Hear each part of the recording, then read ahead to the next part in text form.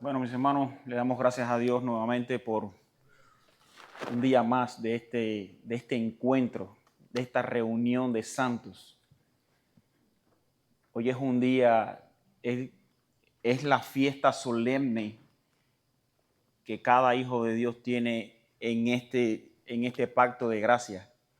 En el Antiguo Testamento ellos tenían sus fiestas solemnes. Hoy es esta, saber que nuestro Señor Jesús murió en una cruz para pagar por nuestros pecados. Pero la mayor victoria es que con su resurrección nosotros tenemos la garantía de que así como Él resucitó, seremos resucitados con Él.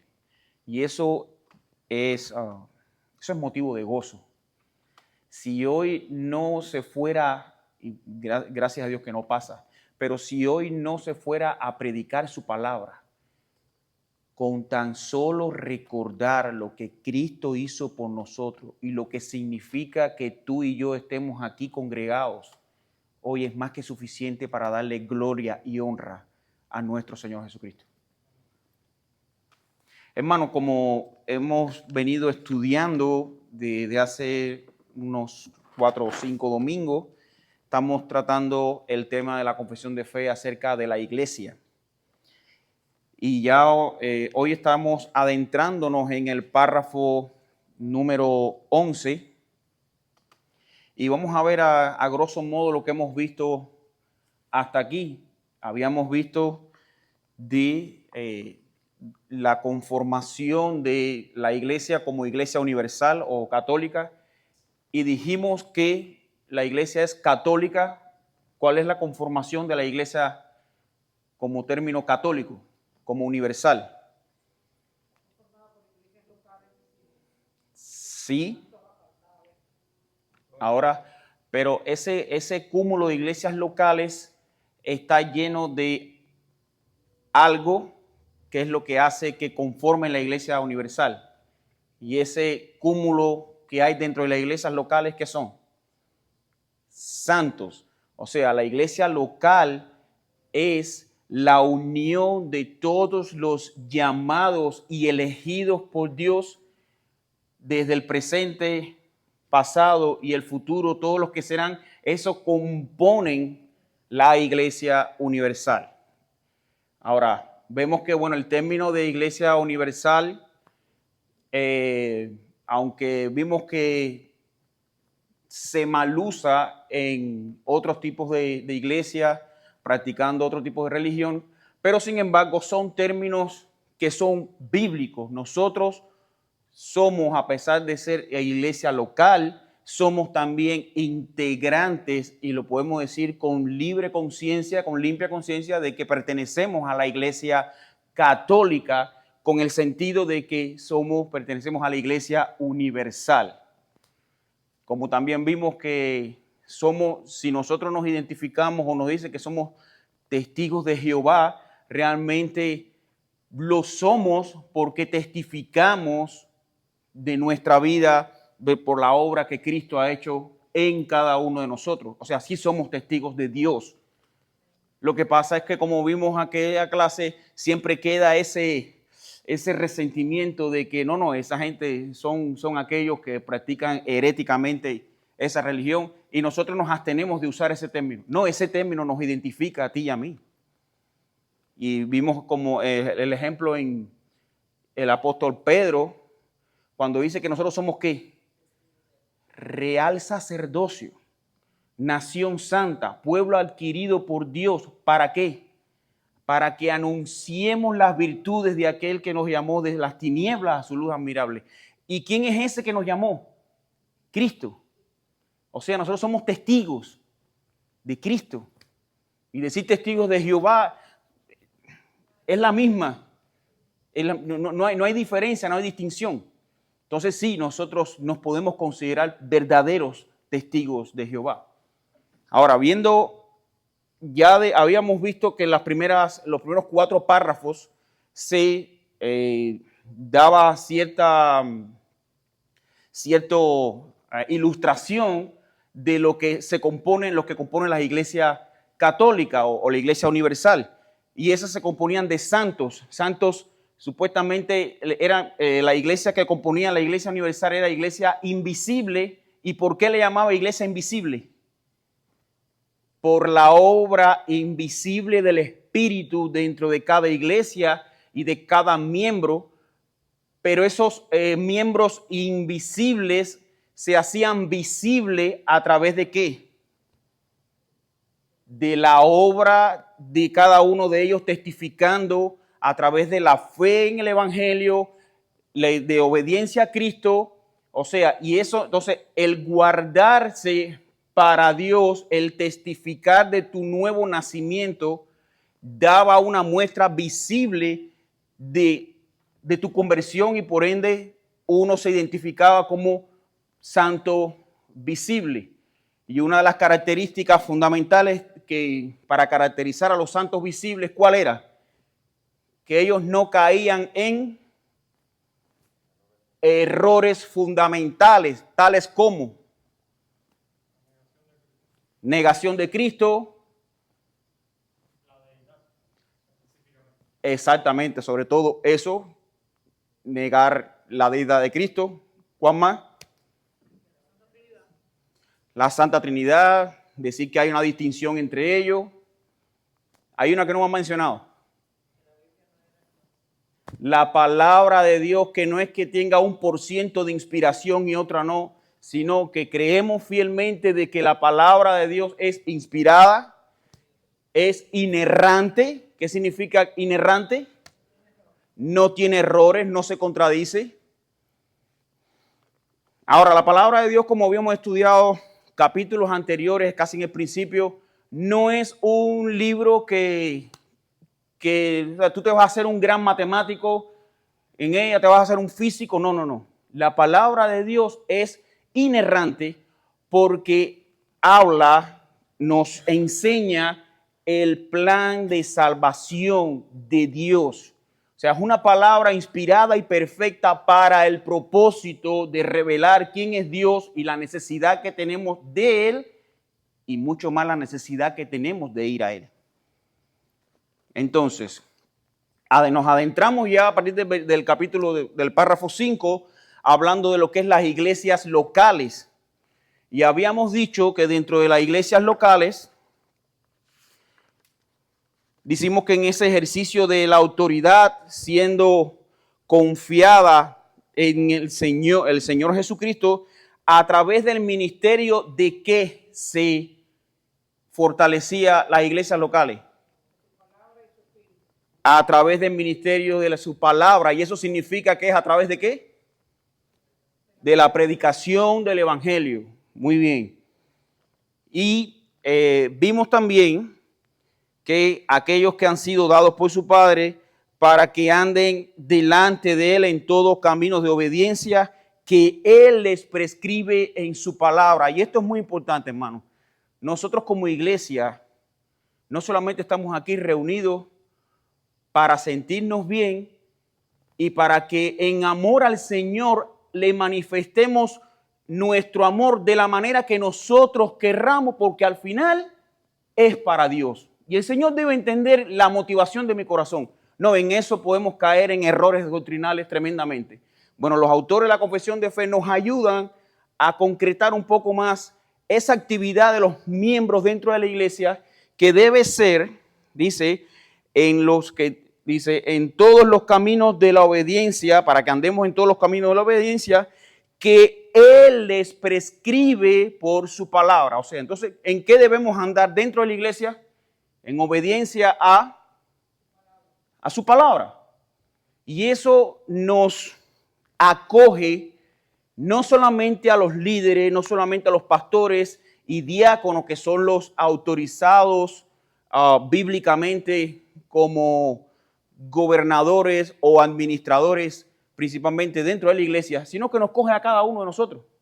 Porque cada uno de nosotros también tenemos que tener el conocimiento de lo que nuestro Dios nos está mandando a obedecerle y de cómo hacerlo dentro de la iglesia.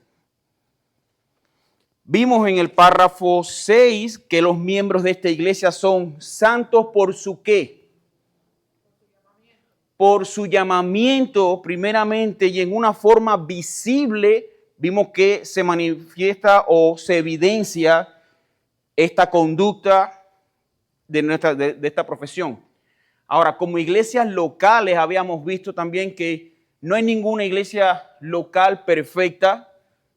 Podemos caer debido a lo que estamos reunidos aquí, que somos pecadores perdonados, pero todavía nos queda dentro ese remanente de pecado y hace que a veces la iglesia caiga en ¿qué? En errores e impurezas. Pero la buena noticia es que nuestro Señor Jesucristo es quien preserva a los santos. Y eso lo hará ¿hasta cuándo?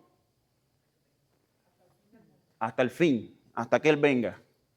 Entonces, no es que ahora nosotros nos entre como que la vagancia espiritual, bueno, al final es Dios quien me va a cuidar, Él se va a encargar de purificar la iglesia. No, nosotros tenemos una responsabilidad como miembro de precisamente al no caer en herejías fundamentales o errores fundamentales.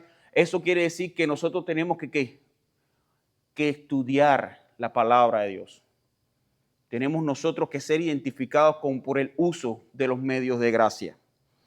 Ahora, las iglesias locales están, dice, la manera designada por Cristo para el llamamiento de cualquier persona que ha sido cualificada y dotada por el Espíritu Santo para el oficio de obispo o anciano. Y es que para que una iglesia local funcione, deben tener líderes. Ahora, estos líderes, la palabra de Dios solamente reconoce a ancianos. ¿Y cuál es la otra palabra que se identifica también en el mismo rango de anciano? Obispos. Sí, la palabra también llama sacerdotes, pero ya en el Nuevo Testamento no habla tanto de sacerdotes, sino más bien también se reconoce como presbítero. Y el otro rango de autoridad es los diáconos. Ahora, lo saludable para una iglesia, y lo habíamos visto la semana pasada, es que los puritanos o los reformadores, ellos tenían siempre en mente la visión de un pluripastorado. Y habíamos visto que cuál era la necesidad de que una iglesia tuviera un pluripastorado. Es una oveja más y necesita ser pastoreado también. Vimos también que por el propio uso del cargo lo necesita alguien de la misma autoridad que él, para precisamente cuando él, el hermano, ni que Dios lo quiera, caiga en algún tipo de pecado, pueda haber otro con la misma autoridad para decirle, mira, ¿sabes qué? Tienes que tratar con este asunto, porque si no, se va a caer como que en un rango de diferente. No, pero bueno, yo soy el pastor principal y como quiera que sea, a mí tienes que obedecerme todo. No es así. Y hoy vamos a estar viendo también que parte del uso de la misma autoridad del poder sobre la iglesia a veces puede corromper a ese hermano. Y por eso es necesario, es saludable que haya un pluripastorado. Ahora, ese pastorado, ¿cómo es la elección? ¿Quién elige a los pastores? La propia iglesia. ¿Y cómo es el proceso? Bueno, debemos ver el llamado del hermano. Primeramente, ¿quién es el que llama al pastor? El Señor. Él pone el llamado, nosotros vemos las características y entonces nosotros votamos a través de, sobre todo primeramente hay dos cosas que debemos tener cuando a la hora de votar por un pastor. Y es que la iglesia debe ¿qué? Sí, primeramente ver las cualificaciones. Y una vez que vemos las cualificaciones, ¿qué tenemos que hacer? Ayuno y oración. Eso es importante, hermano. La iglesia, nosotros debemos tomar muy en serio cada elección de cada hermano que vayamos a poner como representante nuestro y como gobernador dentro de la iglesia. Y eso sí requiere la intención de orar, valga la redundancia, intencionalmente por ese hermano. Lo necesita. No tanto así con los diáconos. Dice los autores de la Confesión de Fe que se debe tener en oración, pero no es necesario El ayuno. Si quieren ayunar, hermano, igual. O sea, es el sentimiento de cada uno de querer involucrarse en la elección de esos próximos hermanos. Habíamos visto también las características de ese llamamiento, o sea, que esos hermanos deberían ser ¿qué? Ajá. Eso es mayormente para los pastores, pero sí también aplica para los diáconos. Pero había un detalle importante. Llenos del Espíritu Santo. Deben ser creyentes, hermano. No es porque me caiga bien, no es porque no, yo veo que... No. Que sean cristianos. Que hasta en lo que cabe a nuestras limitantes humanas poder testificar o poder ver el testimonio de esos hermanos de que sean creyentes. Ahora, eso solamente lo puede hacer el Señor. Hay personas en otras iglesias que hasta última hora tú dices, no, ese es un hermano intachable. Y de buena primera sale con cada cosa a lo largo de los años, tú dices, y esto. Pero entre lo que cabe como iglesia, nosotros tenemos la responsabilidad de mirar, velar y averiguar por los que futuramente van a ser nuestros líderes. Eso es una responsabilidad de la iglesia, no solo del pastor y los diáconos, de la iglesia son los que hacen ese llamado. Dice, bueno, tenemos a Cristo, que es la cabeza de la iglesia. Y por eso, aunque tengamos 100 pastores en la iglesia, un ministerio tremendo, nadie es por encima del otro. Todos somos ovejas de Cristo. Y al final nadie va a amar más sus ovejas que el propio Cristo. Nosotros podemos llevarnos bien, podremos esforzarnos por enseñar las Escrituras, enseñarnos por disciplinar y mantener el orden dentro de la iglesia, pero siempre hay una intención en cada uno de nosotros de irse para un lado o para otro debido a nuestro propio pecado. Por eso es que nadie va a amar más a la iglesia que Cristo. Y a veces, y los pastores como tal y los que estén en liderazgo deben entender eso, que nosotros no somos enemigos dentro de la iglesia. No es que haya que disciplinarte para forzarte a que tú cambies. No, nosotros no estamos disciplinando al pecador, sino estamos disciplinando el pecado. Y eso es importante porque a veces como iglesia se nos puede ir la mano en el tratamiento de un hermano y a veces se nos olvida que por ese hermano Cristo también murió. O sea, debemos tener esa... Y parte de la disciplina, que eso lo vamos a ver mayormente en el último párrafo, en el párrafo 15, donde él centra mayormente la enseñanza. Mis hermanos, a grosso modo, bueno, vimos también la mantención de que la iglesia debe mantener o apoyar económicamente al pastor. ¿Por qué? Para que se dedique enteramente a la obra del Señor. Y vimos varios textos donde decía que no era justo que los que están dedicados a la enseñanza también tengan que servir las mesas. Llevado al contexto actual, no es justo que el pastor tenga que, aparte de estudiar y preparar el sermón, tenga que salir a trabajar 8 horas, sino qué tiempo le va a dedicar ese hermano. Claro, dentro de las posibilidades de la iglesia, ese debe ser el deber de la iglesia, poder apoyar económicamente al hermano con el fin de que él se dedique enteramente a la enseñanza de las Escrituras. Y por ende, si tenemos más pastores, también debemos de cierta manera que la iglesia lo pueda sostener, porque el fin es que se dediquen a ¿qué? Completamente. Y sobre todo, ¿quiénes van a ser los beneficiados cuando tengamos 2, 3, 4 pastores completamente dedicados a la obra? Nosotros, hermanos. Y les puse el ejemplo. Usted se imagina un pastor que tenga que trabajar de lunes a viernes o incluso hasta el sábado y que nada más que tenga el ratico del sábado y parte de la mañana para preparar un sermón. ¿Qué se va a parar a decir? Dios nos libre de eso. Dios nos libre de eso. Bueno, mis hermanos, ya habiendo hecho un amplio resumen de lo que hemos visto, vamos a adentrarnos en en los próximos párrafos y a partir del 11. Una de las cosas que hablan los autores de la Confesión de Fe es acerca de las responsabilidades de los obispos y pastores de la iglesia, que es la responsabilidad de predicar. Pero leamos cómo dice la Confesión Bautista de Fe en el párrafo número 11. Dice: aunque sea la responsabilidad de los obispos o pastores de la iglesia, según su oficio, estar constantemente dedicado a la predicación de la palabra, aún así, la labor de predicar la palabra no está tan particularmente limitada a ello, sino que otros también dotados y cualificados por el Espíritu Santo para ello, y aprobados y llamados por la iglesia, pueden y deben desempeñar esta labor.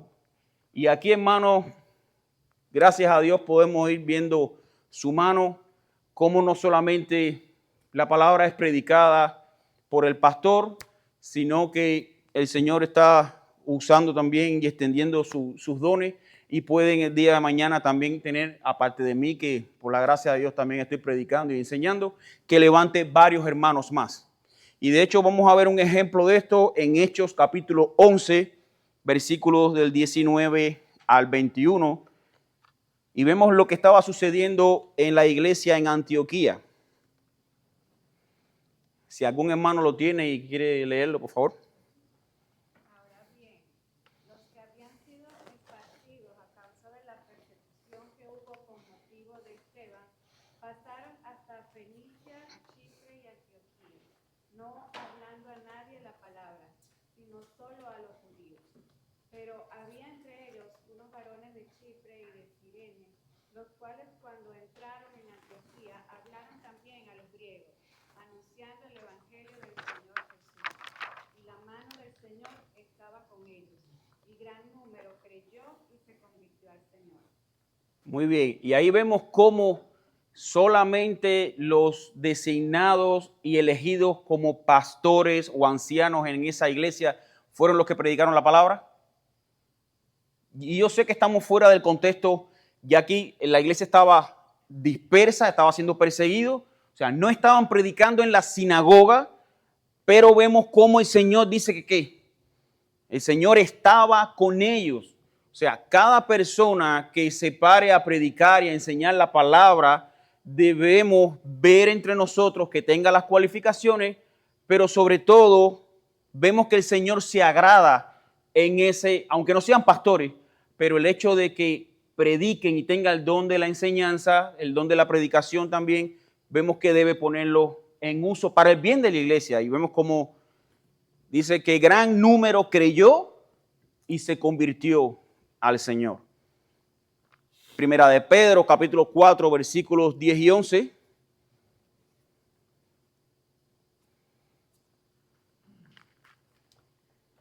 Cada uno, según el don que ha recibido, ministrelo a los otros, como buenos administradores de la multiforme gracia de Dios.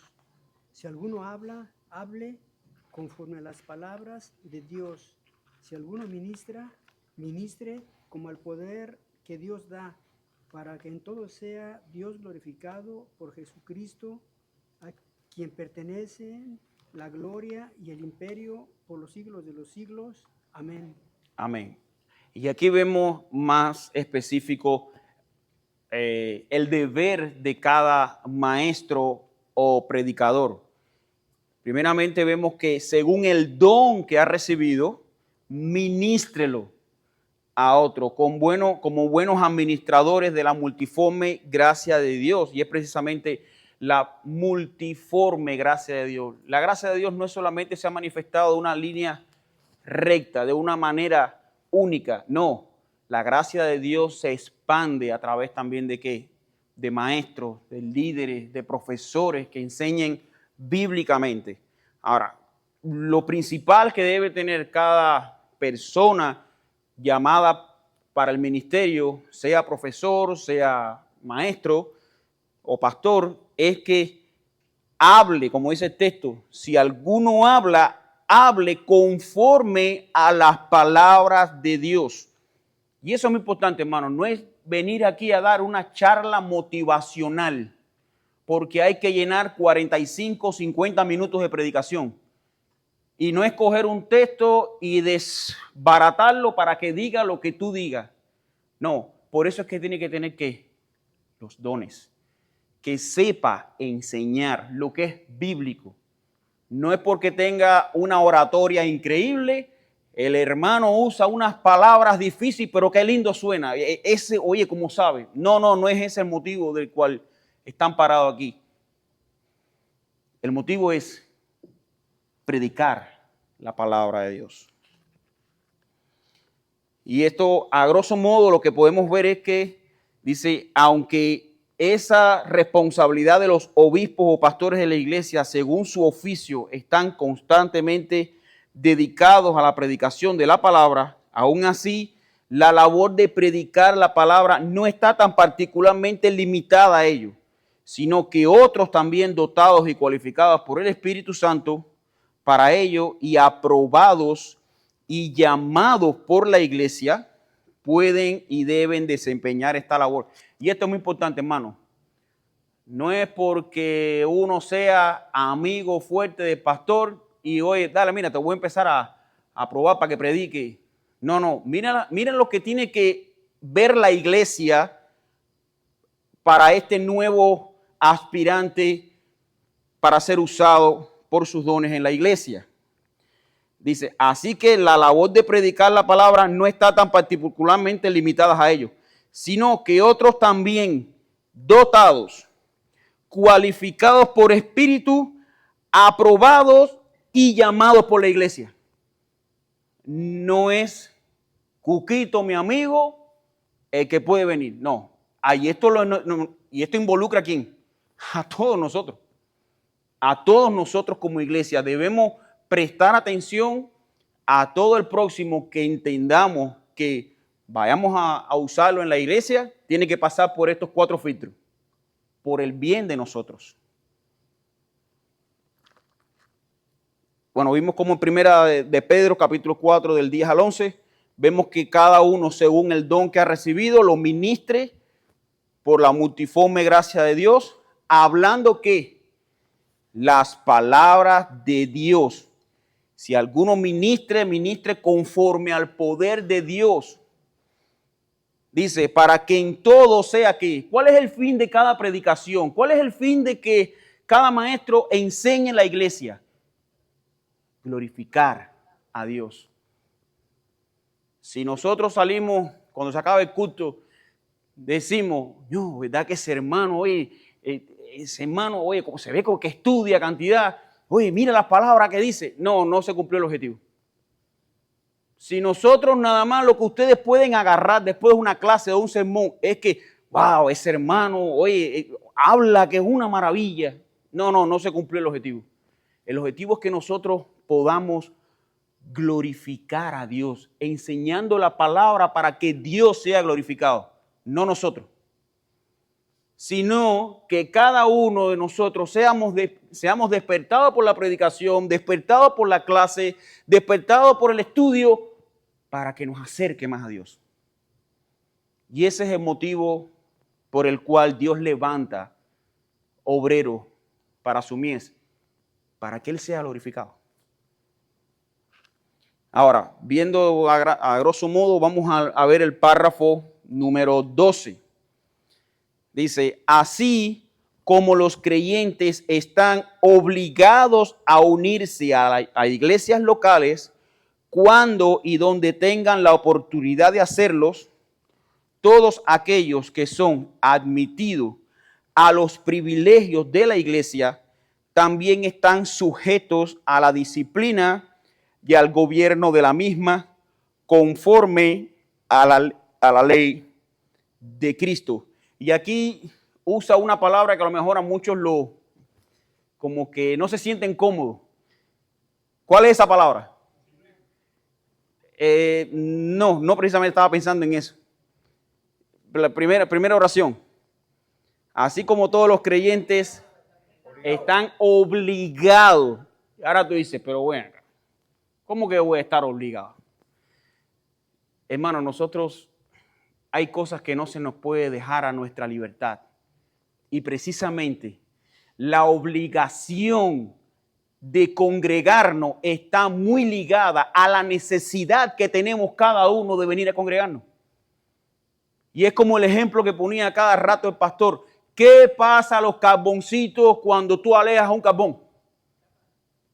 Te enfrías. O sea, es parte del amor de cada iglesia de no permitir que ninguno de nosotros se aparte.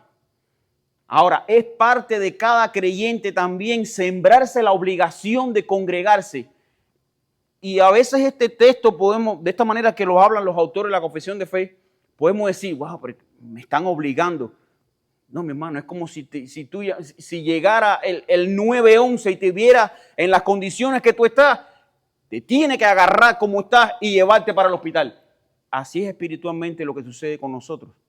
Debemos venir al hospital espiritual por nuestra propia salud.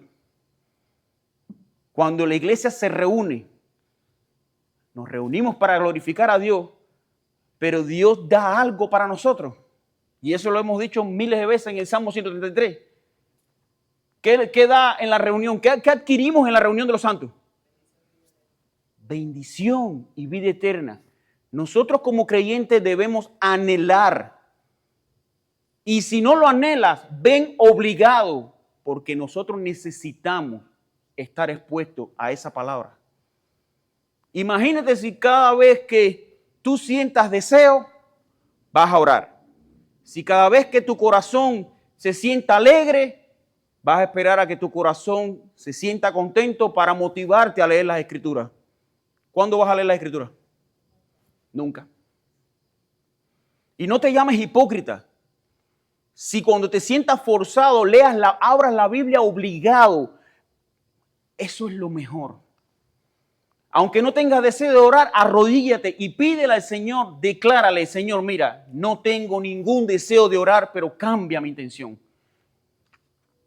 La vida cristiana a veces no es solamente la panacea de sentirnos amados, a veces tenemos que disciplinar nuestra carne porque la carne no quiere ni tampoco puede.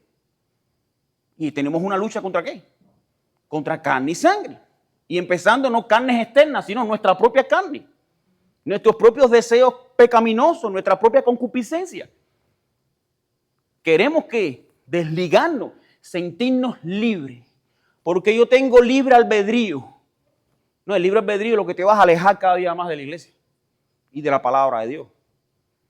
Y eso es algo que todo creyente debemos tener. Dice el párrafo, así como todos están obligados a unirse a las iglesias locales cuando y donde tengan la oportunidad de hacerlo, todos aquellos que son admitidos a los privilegios de la iglesia. Y esto me llama mucho la atención, porque a veces nos pedimos la membresía, somos aceptados, pero nosotros muchas veces no entendemos los privilegios que tenemos de ser miembros de una iglesia. Vamos al texto de 1 de Tesalonicenses 5:14. También os rogamos, hermanos, que amonestéis a los ociosos, que alentéis a los de poco ánimo, que sostengáis a los débiles, que seáis pacientes para con todos. Hermanos, ven el objetivo, ven los privilegios. Usted sabe lo que es la garantía o tú sabes lo que es saber que tú tienes a más de 40 hermanos orando por ti todos los días. Y eso nos debe llamar a ti y a mí a que tengamos presente a nuestros hermanos. No está mal que solamente que oremos por nuestras necesidades. El Señor así lo ha querido. Pero tu oración por tu prójimo hace que esa oración llegue y Dios vea la intención que tú tengas de qué, por el hermano. Hermano, todos nosotros necesitamos orar los unos por los otros. Es un mandamiento, o sea, es parte de que si amamos a Dios con toda nuestra alma, nuestra mente, nuestra fuerza y nuestro corazón, dice que también el segundo mandamiento es igual que el primero. ¿Amar a quién? ¿Como quién? Yo no he visto a nadie aquí en nuestra iglesia que se odie él mismo. Al contrario, si tú haces ejercicio o creas una dieta, cuando estás enfermo vas al médico, o sea, tú te amas. Eso es parte de la naturaleza por la que ahora sí mismo debes amar a tu hermano. Ahora, ¿tú te imaginas, hermano, saber que en la semana que tú no estás solo, que tú no estás solo luchando con tus problemas, que si te falta trabajo, si te falta permiso de trabajo, si te falta un documento, que tú puedes contar con todos los miembros de tu iglesia que también te están apoyando en oración? Ese es parte de los privilegios de la iglesia. Yo no voy a orar, no oro con tanta intensidad por los de afuera como por mis hermanos. ¿Por qué? Porque en la congregación, en la asamblea de los santos, yo intimo mucho más con mis hermanos y sé sus necesidades, sé sus bendiciones, sé lo que está pasando. Y las oraciones van dirigidas con un objetivo. Ahora, yo puedo orar por la salvación de todos los habitantes de Houston. Señor, sé con ellos. Pero no es lo mismo cuando le diga, hermano, mira, Señor Dios, yo te estoy pidiendo por el hermano fulano. Mira sus necesidades, mira lo que él está pasando por esto. Padre, ayúdalo. Hermano, eso es una intención, eso es una oración dirigida a un Padre todopoderoso, pero viene de un corazón de un hermano que te ama. Y esa es la necesidad que debe haber, esa es la característica que debe haber en todos los hermanos. Que oremos los unos por los otros. Dicho sea de paso, por eso es el privilegio de reunirnos los miércoles aquí, hermano. No solamente para que oren por mis problemas, sino para saber la necesidad de mis hermanos y orar por nuestros hermanos. Dice que esto es parte de los privilegios de una iglesia que también están sujetos a la disciplina. Y como vimos el texto, ellos primero, ¿qué hacían? Rogaban unos con otros. Amonestáis a los ociosos. Yo sé que a lo mejor los ociosos no quieren ser amonestados, pero esta es parte del fundamento de la iglesia, apoyarnos, alarnos unos a otros, que los alentéis a los de poco ánimo. Por eso nosotros, aunque no querramos venir a la iglesia, hermano, ven. No te alejes, porque aquí por la palabra de Dios tú vas a ser alentado. Tú vas a ser alcanzado por esa gracia. Que el Señor te ayude, que veas que tus problemas... Y este texto siempre también lo digo. El Señor Jesús, ¿qué fue lo que dijo? En el mundo tendréis Disney World. No, en el mundo vas a tener aflicción. ¿Pero qué? Confiad, yo he vencido al mundo. Nosotros creemos en uno que es más poderoso que el problema que nos ha venido. Pero eso se fomenta en una vida de oración, una vida de intimidad como hermanos, en una vida de comunión. Saber que no estás solo. Dice, ¿cuál es el otro privilegio? Que sostengáis a los débiles y que seáis pacientes para con todos. Practiquemos la paciencia, hermano. Segunda de Tesalonicenses, capítulo 3, versículo 6. Dice el texto, pero os ordenamos, hermanos, en el nombre de nuestro Señor Jesús, que os apartéis de todo hermano que ande desordenadamente y no según la enseñanza que recibisteis de nosotros. En otras palabras, estamos llamados a mantener la santidad. Estamos llamados a alentarnos para que andemos ¿en qué? En la ley de nuestro Señor. Versículo, creo que de mismo 2 Tesalonicenses, versículo 14 y 15. Si alguno no obedece a lo que decimos por medio de esta carta, a este señaladlo y no juntéis con él, para que se avergüence. Mas no lo tengáis por enemigo, sino amonestadle como hermano. Exactamente. Hermano, Dios nos manda, ahí podemos ver el carácter de Dios. Dios no se mezcla con el pecado. Tampoco debemos mezclarnos nosotros. El hermano que ande desordenadamente, dice, amonestarlo, reprenderlo, pero recuerda que es un hermano.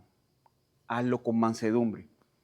Ahora, si persiste, tenlo por gentil y publicano. Y ahí vemos el proceso también en Mateo 18. Sí, hermano. Yo quería ir ahí mismo en el versículo 8, ¿no? Hablando de la responsabilidad de como creyentes, ¿no? Y como pastores, dice, y no comimos de balde el pan de nadie, sino que trabajamos con afán y fatiga día y noche para no ser gravosos a ninguno de vosotros, no porque no tuviésemos derecho, sino por darnos nosotros mismos un ejemplo para que nos imitases. Exacto. Fíjate, cuando hablamos de la responsabilidad, el ser humano por naturaleza, por el pecado, no nos gusta ser responsable o no nos gusta estar atado de alguna manera a algo. Queremos ser libres, como usted dijo, no, queremos ser libres. Y realmente a veces eso está en nuestra naturaleza, el no ser responsable. Y al no ser responsable, evidentemente no vas a adquirir los beneficios de ser una persona, ya sea responsable espiritualmente y materialmente. Exacto. Porque eso va a todos. Aquí estaba hablando del trabajo. Realmente, si no eres responsable con tu trabajo, obvio que no vas a comer, no vas a tener beneficios de una persona que trabaja. Exactamente. De estar en este país o de estar en cualquier país. Y realmente como creyente también necesitamos ser responsables. Y si no lo somos, obvio que no vamos a tener los beneficios de las bendiciones de Dios y muchas cosas que Dios le da a estas personas que son muy responsables y buenos administradores de lo que Él ha puesto en sus manos. Exacto. No, que el trabajo no es una maldición. Ahora, la maldición vino después del pecado. Pero Dios puso a Adán en el huerto, ¿para qué? Para que labrara la tierra. O sea, el trabajo no es el pecado. Muchas veces, no, que te pasa, tienes que levantarme a las 5 de la mañana, va a tener que... No, hermano, eso es parte pero realmente lo que nosotros como personas y principalmente como miembros de una iglesia podemos aportar cuando trabajamos, y es precisamente para, con esa bendición y con ese don que Dios nos ha dado, poder ayudar a los que padecen. Y es parte, Dios no nos ha llamado a nosotros como iglesia, nos ha repartido dones para que nosotros nos hagamos millonarios y llenemos las arcas de monedas de oro, sino porque tengamos con quién compartir. Y una de las bendiciones que Dios le daba al pueblo de Israel era que tú le darás a las naciones y tú no necesitarás que ellas te den. Cuando tú tengas la posibilidad de practicar más el dar que el recibir, tú estás disfrutando de una de las mayores, de una de las segundas o terceras mejores bendiciones que Dios ha dado. La primera es que tú te hayas arrepentido de tus pecados y que hayas obtenido por fe la vida eterna.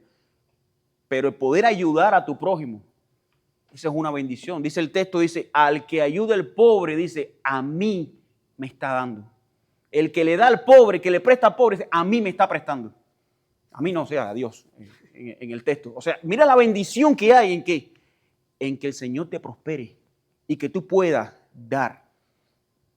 Y eso es lo que debe haber en cada uno de nuestros corazones. Y no estoy forzando a nadie a que eche más dinero en las cajas, hermano. Es simplemente el deseo que debe haber, saber que lo que tú estás aportando puede servir de ayuda a alguien más que está necesitado. Y eso lo estamos viendo, hermano, gracias a Dios, con la iglesia en Cuba, de nuestro hermano Eddie Cambra. Él todas las semanas o todos los meses cuando recibe la bendición, ve cómo pone y da gracias. Es que ese es el objetivo. Ese es el objetivo. Si estamos en un mejor lugar, si Dios ha permitido que nosotros estemos en mejores condiciones, es para que seamos asimismo condescendientes con los que no están o los que están pasando necesidad.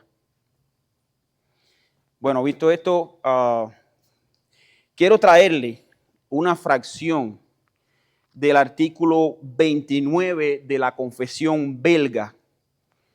Y esta confesión belga o confesión bélgica es un texto histórico escrito en el año 1561 y está considerado una de las más antiguas confesiones del tiempo de la Reforma protestante. El autor de este documento se llama Guido de Bresse, quizás algunos lo conocen, un predicador que murió en 1567 siendo considerado un mártir. ¿Y por qué traigo esto? Quiero que vean el concepto de iglesia que tenían estos hermanos En el año 1567, en 1561, que fue cuando se escribió, y ver la similitud que hoy en día se tiene y las luchas que están pasando, pero también el pensamiento del cual debe permear en cada creyente. Es un poquito extenso, por favor tengan paciencia. Creemos que por medio de la palabra de Dios se ha de distinguir diligentemente y con buena prudencia cuál sea la iglesia verdadera, puesto que todas las sectas existentes hoy en día en el mundo se cubren con el nombre de iglesia. Qué similitud tan cercana, ¿eh? No hablamos aquí de la compañía de los hipócritas, los cuales se hallan en la iglesia entremezclados con los buenos y sin embargo no son de la iglesia. Si bien corporalmente están en ella, sino que decimos que el cuerpo y la comunión de la iglesia verdadera se han de distinguir de todas las sectas que dicen que son la iglesia.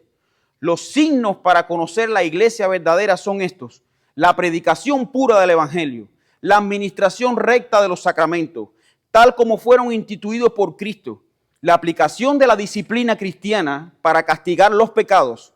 Resumiendo, si se observa una conducta de acuerdo a la palabra pura de Dios, desechando todo lo que se opone a ella, teniendo a Jesucristo por la única cabeza, mediante esto se puede conocer con seguridad a la iglesia verdadera.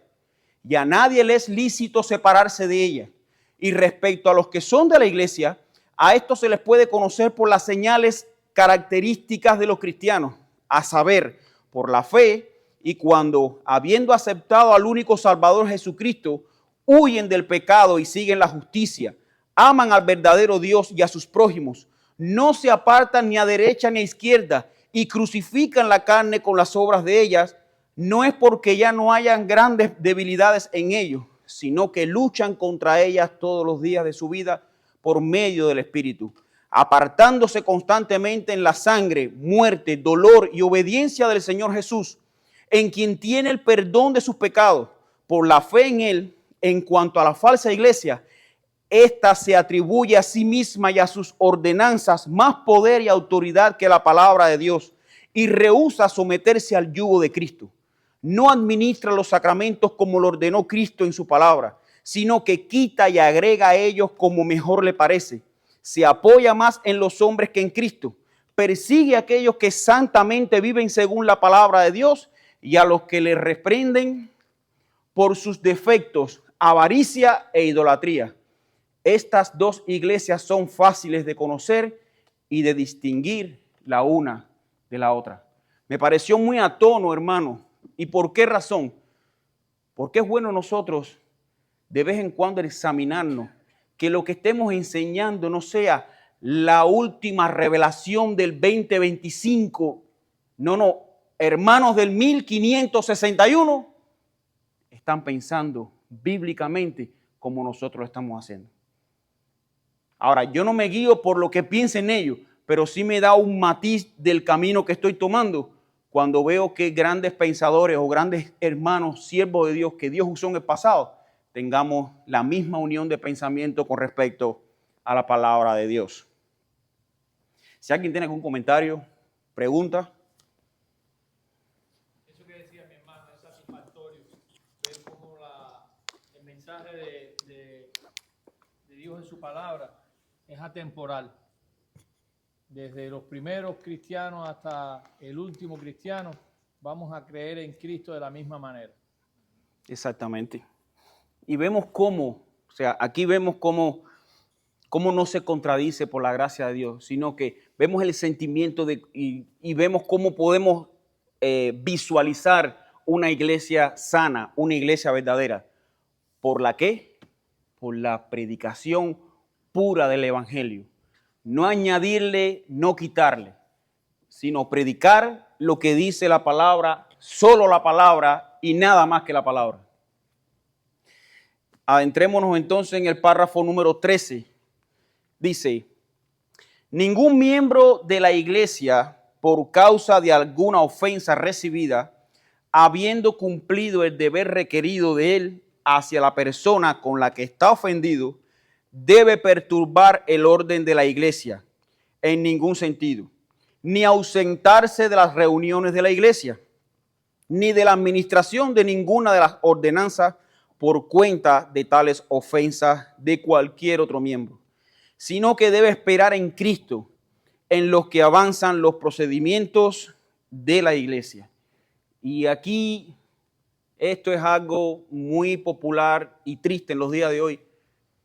Cuando no, porque el hermano mira lo que me hizo. No, yo mejor me voy porque ya estoy cansado de... No, mi hermano.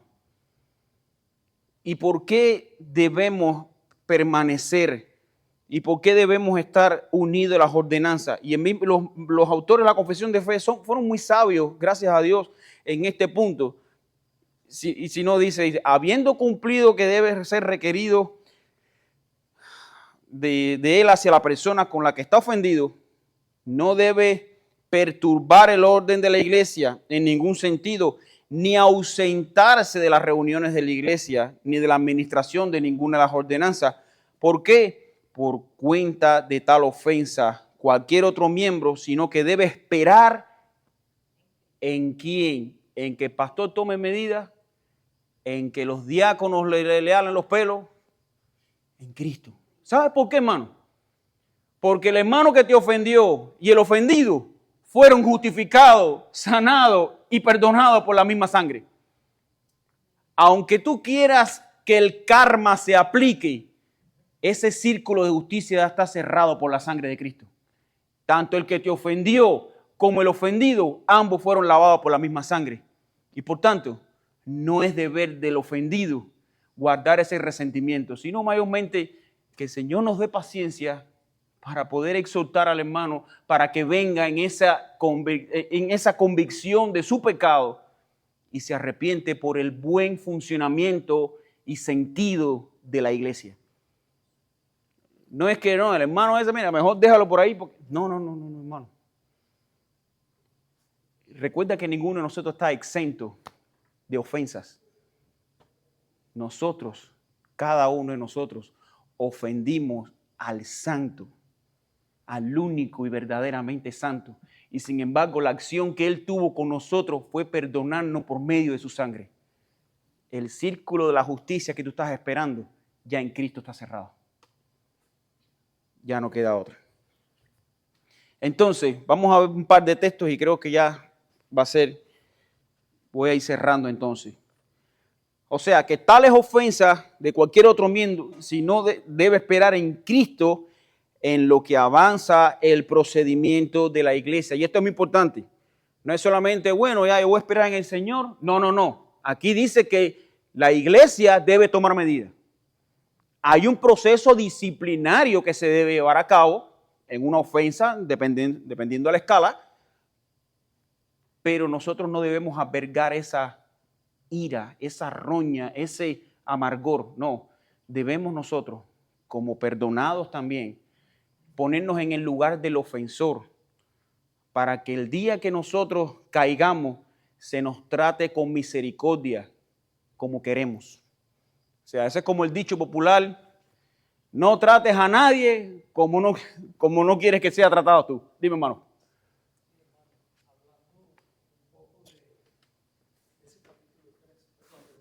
Del párrafo 3.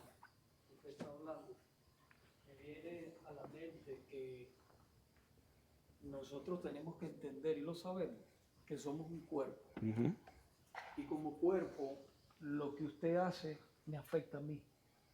Somos una familia. Y hablando de eso, que si el ofensor, algún hermano se pelea, tenemos que tratar lo más rápido posible, porque hemos ofendido primeramente a Dios, pero también a esa persona. Lo más rápido posible de sanar eso, de ponernos a cuenta con esa persona, porque si eso se deja, crece y va haciendo daño a los demás hermanos de la iglesia. Igualmente cuando nosotros, por ejemplo, empezamos lo que está diciendo el párrafo de la confesión, cuando nos alejamos, entonces nos alejamos de la iglesia también sufre, porque somos una familia, nos preocupamos por esa persona que está ausente y que amamos. Claro. Así es, y nuevamente se pone el texto base de Mateo 18, 15 al 17, dice, por tanto, si tu hermano peca contra ti, ve y repréndele estando tú y él solo. Si no te oye, si te oyere, has ganado a tu hermano. Mas si no te oyere, toma aún contigo a uno o dos, para que en boca de 2 o 3 testigos conste toda palabra. Y si no le oyere a ellos, dilo a la iglesia. Y si no le oyere a la iglesia, tenle por gentil y publicano. Hay 3 métodos de sanación de ese problema antes de el juicio final. O sea, es más el deseo que debe permear en la iglesia de rescatar al ofensor, que entienda, a ver, no es perdonarle todo lo que hizo y que no se arrepienta. No, aquí no estamos poniéndole trapito, aquí no estamos cubriendo. Él debe reconocer. Pero la intención de nosotros, aún siendo los ofendidos, debemos que acercarnos a ese hermano. Ser paciente. Hermano, es que eso fue lo que hizo Cristo con cada uno de nosotros. Cristo no esperó a que, no, yo no me voy a esperar a que él me mire a ver que, no, eso nunca iba a pasar. Cristo se hizo hombre, viviendo en toda la deidad y santidad, se hizo hombre para cargar en él los pecados que tú y yo teníamos que ser clavados en esa cruz. Tú y yo teníamos que haber estado clavados en esa cruz. Eso lo hizo Cristo. El ofendido fue el que vino para arreglar nuestra situación. Así que cuando nosotros estemos en esta situación, pongámonos en el contexto de que también nosotros podemos estar en ese lugar. Estuvimos una vez. Y ahora, por eso siempre en todos los textos donde habla acerca de la disciplina, hay una palabra común o un sentimiento común. Efesios capítulo 4, versículos 2 y 3. Dice, con toda humildad y mansedumbre, soportándoos con paciencia los unos a los otros en amor, solícitos en guardar la unidad del Espíritu en el vínculo de la paz. Hermano, es más el sentimiento reconciliador, unificador, que el que, yo no sé hasta cuándo van a tener a este personaje dentro de la iglesia. Deberían, no, hermano, no es la manera, no es la forma. Es lo que Cristo ha puesto en nuestros corazones, debe ser puesto a prueba en ese momento a favor de los hermanos. Hermano, vamos a dejarlo aquí. Ya nos tocará entonces un domingo más con respecto al estudio de la iglesia. Y es lo que le decía a principio de las primeras clases, que este es uno de los capítulos más bautistas que hay en toda la confesión, precisamente por la intensidad que esos hermanos entendieron de la iglesia. Y de hecho nosotros en nuestra confesión tenemos 15 párrafos acerca de la iglesia. Vamos a orar para terminar así entonces esta sección. Señor, te damos gracias, Padre, por cómo tú levantaste a estos hermanos, Padre, y le diste claridad para que nos sirvieran de gran herramienta y más claridad acerca de entender tu disciplina, tu amor dentro de la iglesia, nuestras responsabilidades como miembro dentro del colectivo, dentro de esta unión de santos llamados, regenerados, perdonados, Padre, por tu sangre. Gracias, Padre. Ahora te rogamos, Padre, que tú nos ayudes, que prepares nuestros corazones para lo que ha de venir, Señor, para la alabanza y la expansión de la predicación de tu palabra, Señor. En el nombre de Jesús te agradecemos. Amén.